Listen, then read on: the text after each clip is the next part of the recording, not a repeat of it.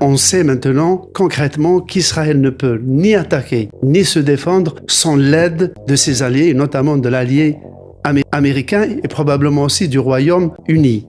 Jusqu'ici, on disait qu'Israël était une puissance nucléaire, balistique, cyber et qu'elle pouvait mener une guerre à peu près avec une très grande part d'autonomie. Le territoire israélien n'est plus sanctuarisé, c'est-à-dire maintenant les Iraniens ont pu toucher la Kiria, c'est-à-dire le ministère de la Défense, qui est le seul qui n'est pas à Jérusalem, il est à Tel Aviv.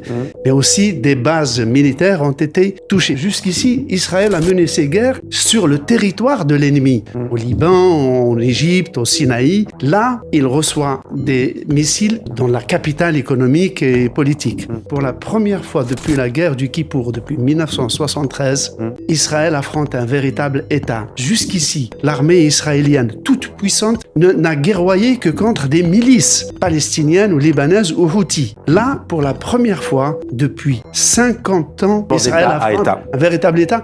Il y a le Pakistan qui commence à bouger. Les Pakistanais disent qu'on sera peut-être les prochains sur la liste et donc on ne va pas rester les bras croisés. S'ils veulent frapper